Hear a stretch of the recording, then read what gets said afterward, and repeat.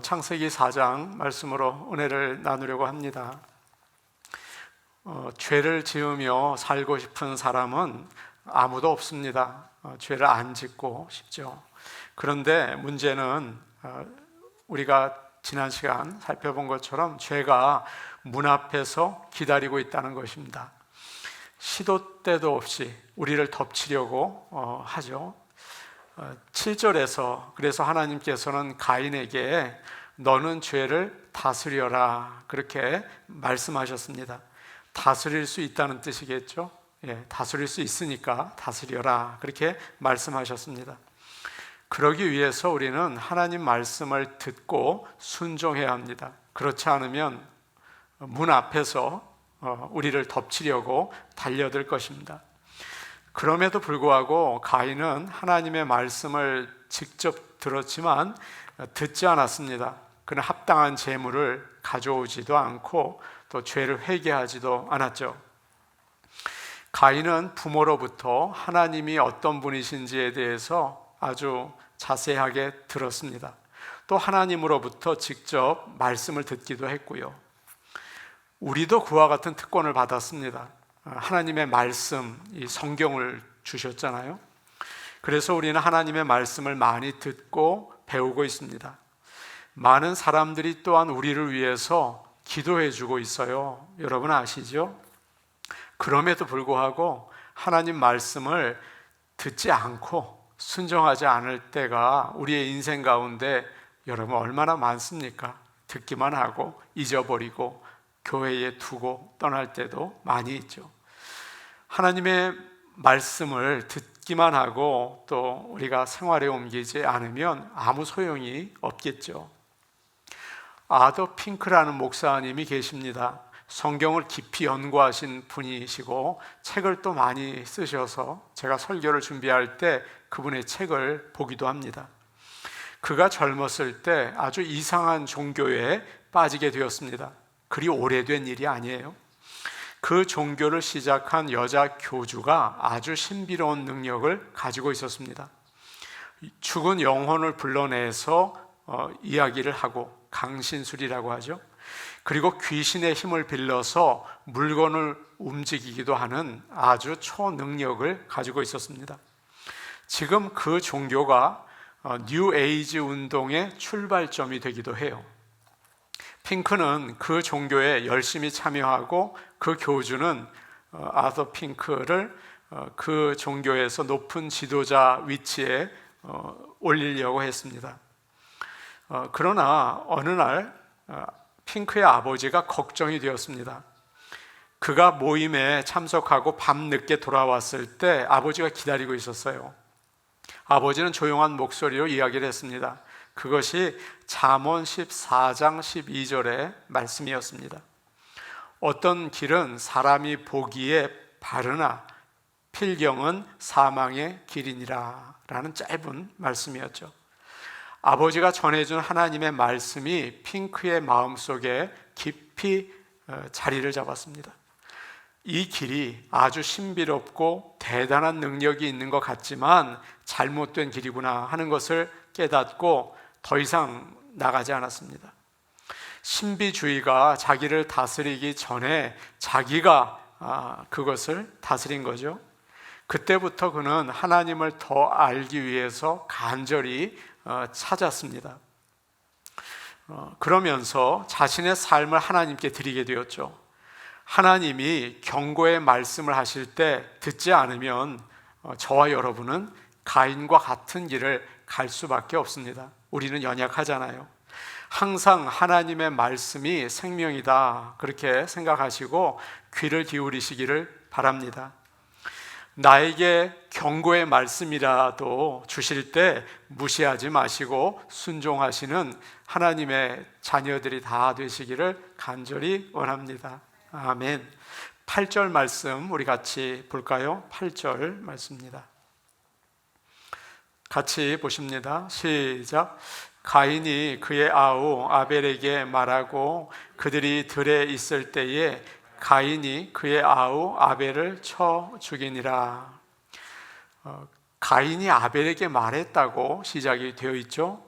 무슨 말을 했는지는 우리 성경에 나와 있지 않습니다. 그러나 예전 성경 어떤 그 번역본에 따르면 아마 아벨아, 오늘 너 뭐하니? 우리가 함께 바람 쐬러 들에 가자. 내가 좋은 곳을 아는데 우리 같이 가자. 그런 말을 한 것 같습니다. 아마도 친절하게 말한 것 같아요. 아벨은 형을 조금도 의심하지 않고 함께 들로 나갔습니다. 들에 가서 아무도 없는 곳에서 가인이 갑자기 아벨을 쳐서 죽인 것입니다. 너 요즘 하나님이 너의 예배를 받으시는 걸 보고서 아주 교만하더라. 형, 그런 적 없어요.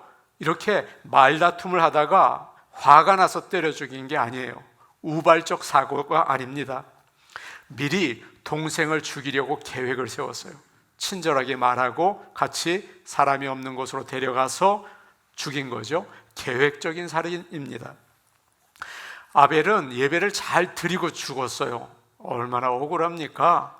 물론 그가 일찍 죽었지만 여러분, 그의 영혼은 하늘나라에 갔습니다. 가족들은 가슴을 치고 울었겠죠. 야, 정말 속상하다. 그러나 하나님께서 인정하시는 의인은 지금도 하늘나라에서 영광을 누리고 있습니다. 여러분, 그것을 믿으시기를 바랍니다. 아멘. 오늘 말씀을 쭉 보시면 여러분, 아우라는 말이 참 많이 나와요. 동생 아우라는 말인데요, 한번 보세요. 우리가 읽은 8절에도 그의 아우 아벨, 그냥 아벨이라고 하지 않죠.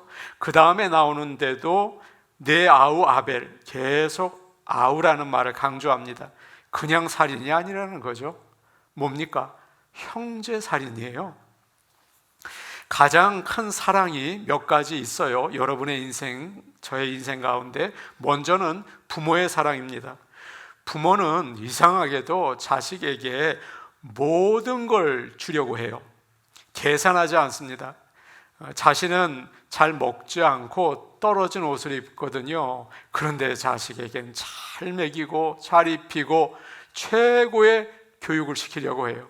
내가 어떻게 해서든 내가 학비 마련하겠다 그러죠. 여러분과 저는, 우리 모두는, 여러분, 우리는 부모님의 사랑을 받아서 이 자리에 있는 겁니다. 기억하시기 바랍니다. 다음은 부부의 사랑이에요. 참 신기합니다. 남남이 만났잖아요. 그래서 남편과 아내가 되었는데 하나님이 짝지어 주셨기 때문에 하나가 됩니다. 부모에게 하지 못하는 말도 해요. 그리고 벌거벗어도 부끄럽지 않은 유일한 관계입니다. 참 특별하죠. 부족한 거, 모자란 게 있으면 서로 도와주고 감춰줘요. 여러분, 세상에 그런 사랑이 어디 있습니까? 다음은 형제 사랑입니다. 물론 부모 사랑 같지는 않겠죠. 그러나 얼마나 깊은지 몰라요. 여러분, 아무리 친구가 좋아도 형제만 못합니다. 제가 아는 분이 계신데 어머니가 어릴 때 돌아가셨어요. 그래서 계모 밑에서 자랐거든요. 계모에게 아들과 딸이 있습니다. 그러다 보니까 따뜻한 사랑을 받지 못했어요. 그런데 돌아가신 친어머니의 남동생이 있었죠. 그러니까 뭐가 됩니까? 외삼촌이 되는 거예요. 외삼촌이 잘 사시는 분인데 그가 사업이 어려울 때까지 끝까지 이 조카 가족을 돌봐주는 거예요. 얼마나 돌봐주는지 아이들 학비까지 다 대줬어요. 제가 알았어요. 야, 형제가 이거 아주 무섭다, 대단하다, 그런 생각이 들었습니다. 그래서 다윗은 시편 133편에서 보라, 형제가 연합하여 동거함이 어찌 그리 선하고 아름다운고, 드물다는 거고 아름답다는 거죠. 가인과 아벨은 한 부모 아래에서 자란 형제입니다. 닮았어요. 비슷해요. 어릴 때 가인은 동생 손잡고 다니면서 놀고, 형이니까 동생 넘어지면 일으켜주고 잘 돌봐줬어요. 그런데 지금 동생을 죽인 겁니다. 여러분, 어떻게 이런 일이 있을 수 있습니까?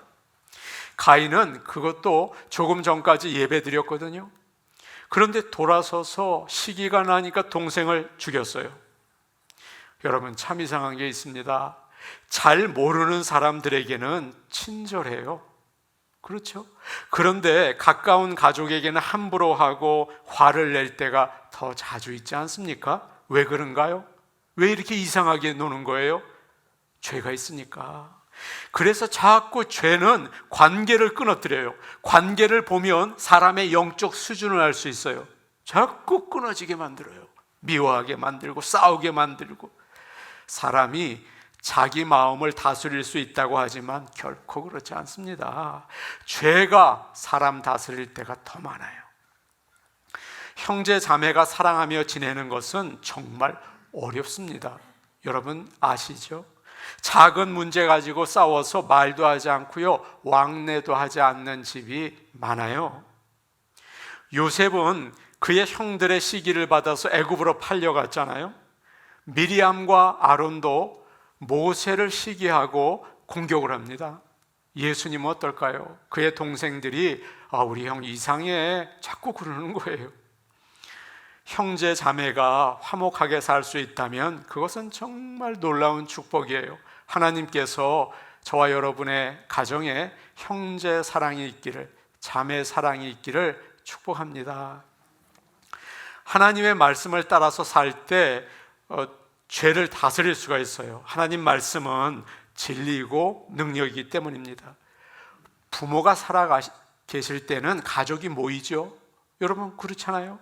마찬가지로 하나님이 함께 하실 때 형제 자매가 모입니다. 하나님이 역사하실 때 믿음의 형제 자매도 이렇게 모이게 되는 거죠. 초대교회도 성령 충만할 때 다 모였어요. 열심히 모여서 가진 것을 나누고 서로 도와주고 사랑을 나눴습니다. 성령 충만하십시오. 그런 여러분의 가정과 우리 교회가 되어서 형제 자매가 정말 어렵지만 죄를 이기고 사랑할 수 있기를 축복합니다. 아멘. 9절 말씀 우리 같이 보겠습니다. 9절 말씀입니다. 같이 보십니다. 시작. 여호와께서 가인에게 이르시되 내 아우 아벨이 어디 있느냐? 그가 이르되 내가 알지 못하나이다. 내가 내 아우를 지키는 자니까. 하나님은 동생을 죽인 가인을 즉시 심판하지 않으시고 그에게 말씀하시죠. 가인아, 내 동생 아벨이 어디 있니? 지난번에도 말씀드린 것처럼 하나님은 모든 걸 아시면서 물어보세요. 여러분 기도할 때도 너 왜 그렇게 하니? 물어보실 때 있으시잖아요. 그것은 자신을 돌아보고 회개하라는 뜻이에요. 여러분 그런 음성 들리면 회개하시기 바랍니다. 가인은 아벨을 죽이고 땅에 묻었습니다. 그런데 오늘 말씀을 보십시오. 정말 뻔뻔스럽죠? 저는 모릅니다. 하나님 앞에서 모른대요. 경찰이 범인을 잡아놓고 물어봐요. 당신이 물건 훔쳤죠? 여러분 딱 잡아댑니다. 보통 사람 같으면 속습니다. 그러나 경찰은 압니다. 얼마나 뻔뻔스럽게 조금 뒤에 드러날 것도 잡아댄다고요? 죄가 얼마나 무서운지 아십니까? 양심을 마비시켜요. 그래서 하나님과 사람 앞에서 거짓말을 뻔뻔스럽게 하게 만들어요. 이 죄가요 정말 대단합니다. 사람들이 저렇게 많은데 비치에 가면 사람들이 바글바글한데 하나님이 나 하나 죄 짓는 거 그거 신경 쓰겠어? 그런다고요. 하나님이 그것까지 보시겠어? 그런다고요. 죄는 이렇게 사람을 바보로 만들어요. 하나님은 우리에게 경고하십니다. 내가 네 머리털 하나까지 세고 있다 라고 하시죠. 우리가 무엇을 하는지, 누구를 만나서 무슨 말을 하는지 다 알고 계세요. 여러분 기억하시기를 바랍니다. 하나님은 오늘 이 시간 우리에게 물어보세요.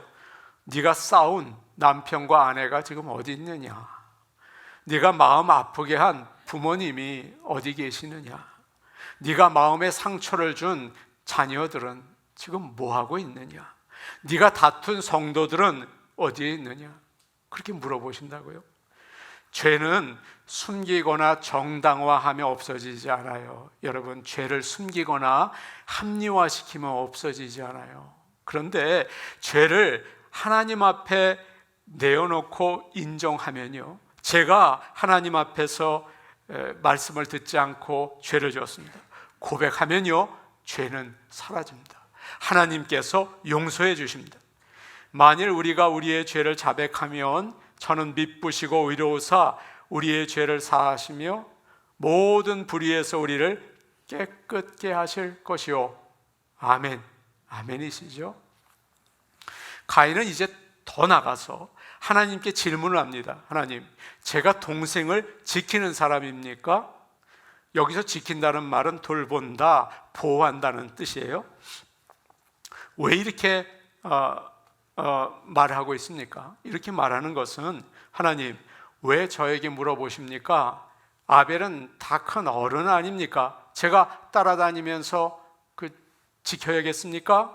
저도 할 일이 있고 바쁩니다 라는 뜻이죠. 가인은 형으로서의 책임을 완전히 부인하고 있어요. 다 큰 애를 내가 왜 챙겨납니까? 그러는 거죠. 사랑하는 여러분, 하나님은 우리에게 가정을 주시고 형제 자매를 주셨어요. 무슨 뜻일까요? 서로 잘 돌보며 도와주라는 거죠. 그냥 항상 곁에서 보디가드처럼 지켜주지는 못하실 거예요. 부모도 자기 자식을 지키지는 못해요. 그러나 하나님께서 네 동생이 어디 있느냐라고 물으시면서, 그래도 네 동생인데 챙겨야 하지 않겠니? 그런 의미가 담겨져 있는 것입니다. 어떤 분이 병원에 입원을 하셨습니다. 아주 심각한 백혈병이었어요. 루키미아라고 하죠. 그는 앞으로 골수 이식을 받아야 하는 그런 상황입니다. 그런데 그에게 11살 동생, 어린 동생이 있었습니다. 다른 나라에 살고 있었어요. 그런데 그 동생이 형이 아프다는 소식을 듣고 전화를 했습니다. 형이 받자마자 인사도 하지 않고 형 나예요 이런 말도 없이 처음 한 말이 바로 이것이었대요. 형, 내가 간다. 그 말을 들으니까 너무 감동이 되더래요. 형, 내가 간다. 여러분, 이게 형제예요. 무슨 일이 있어도 형제들은 하나가 되어야 합니다. 서로를 도와주고 돌봐줘야 합니다. 그런데 죄는 얼마나 이게 무서운지 가인에게서 기본적인 가족에 대한 사랑까지 빼앗아가 버렸어요. 엄청나게 무섭지 않습니까? 예수님은 또한 이렇게 말씀하셨어요. 누구든지 하늘에 계신 내 아버지의 뜻대로 하는 자가 내 형제요 내 자매요 어머니이니라. 예수님은 10명의 문둥병자를 고쳐주셨습니다. 그 중에서 돌아온 사람은 딱 한 명, 사마리아인 뿐이었습니다. 그때 예수님은 섭섭하셨어요. 그래서 물어봅니다. 나머지 9은 어디 있느냐? 전부 낫지 않았느냐? 무슨 사정이 있어서 너 혼자 온 거니? 함께 가자는 말 해봤니? 그렇게 물어보시는 거죠. 육신의 형제 자매와 가까이 지내시기를 바랍니다. 그리고 믿음의 형제 자매도 오늘 예수님 말씀하신 것처럼 잘 돌보시기를 바랍니다. 나는 모릅니다. 내가 그 사람 지키는 사람입니까? 그러면 안 되시고요. 형제 자매를 잘 돌보세요. 내가 편안하게 산다고, 아니면 내가 너무 바쁘다고 형제 자매까지 잊으면 여러분 되겠습니까? 그거 안 되는 거죠. 내가 동생을 지키는 자입니까? 그러면 안 되는 거죠. 어떤 상황에 있든지 어떤 어려움에 있는 건 아닌지 항상 하나님의 사랑을 가지고 돌보시는 그런 저와 여러분 되기를 원합니다. 구체적인 방법 몇 가지를 생각해 볼까요? 전화를 하고 카톡이나 문자를 보내세요. 이사야 41장 6절, 각기 이웃을 도우며 그 형제에게 이르기를 너는 힘을 내라 하고. 저는요, 어려울 때 하나님 말씀을 읽으면서 많은 은혜를 받습니다. 그래서 그걸 막 적어요. 몇 장 몇 절, 그걸 다시 보려고, 위로를 받기 위해서. 그런데 누가 저에게 목사님 힘드시죠? 힘내세요 라고 하면 엄청난 도움이 됩니다. 살 것 같아요. 그래서요, 제가 제 가족들에게 좀 좋은 말 해달라고 부탁할 때도 있어요. 저만 그래요? 여러분도 마찬가지죠. 누구의 따스한 말 한마디, 격려의 말 한마디, 남편의 그 손잡아 주는 거 엄청난 힘이죠. 살 수 있겠죠. 마찬가지예요. 형제 자매에게 연락을 하셔서 세상 돌아가는 이야기만 하지 마시고 격려의 말을 해주세요.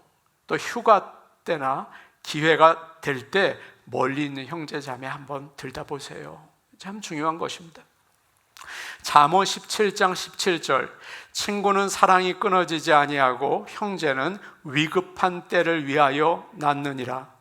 형제는요, 특별히 어려울 때 도움이 되어줘야 합니다. 경제적으로 도와주는 게 참 필요합니다. 돈을요, 준다라고 생각하고 빌려주세요. 기분이 상한 형제를 돌이키는 것은 이 잠언서 말씀인데요, 강한 성을 정복하는 것보다 어렵다. 이 삐진 사람 돌리는 건요, 성을 차지하는 것보다 어려워요. 참 어려운 일입니다.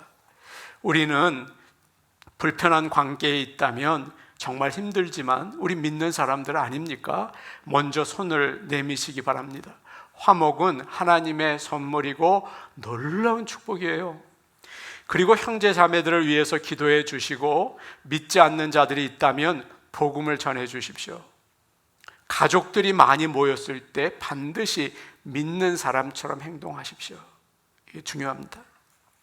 우리는 예수님을 믿고 하나님의 자녀가 되었습니다. 우리 모두는요, 하나님의 가족입니다. 예수 그리스도의 피로 맺어진 형제 자매입니다. 서로 사랑하십시오. 이게 불편해질 때가 있거든요. 사랑하셔야 합니다. 도와주십시오. 주님, 내가 동생을 지키는 자입니까? 저도요, 바빠요. 제 가정도 있어요. 그게 아니죠. 주님, 내가 형제 자매를 돌보는 자입니다. 이렇게 고백하면서 관심과 사랑으로 다가가시기를 축복합니다. 아멘. 우리 같이 기도하겠습니다.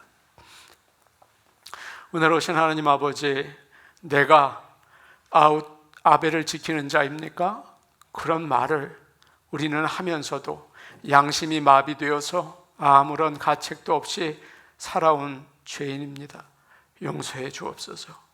그 애가 내 동생입니다. 그 사람이 내 언니입니다.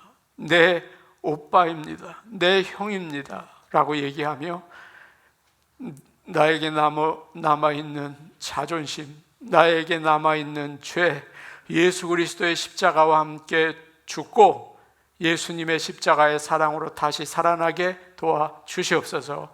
예수님의 이름으로 기도하옵나이다. 아멘.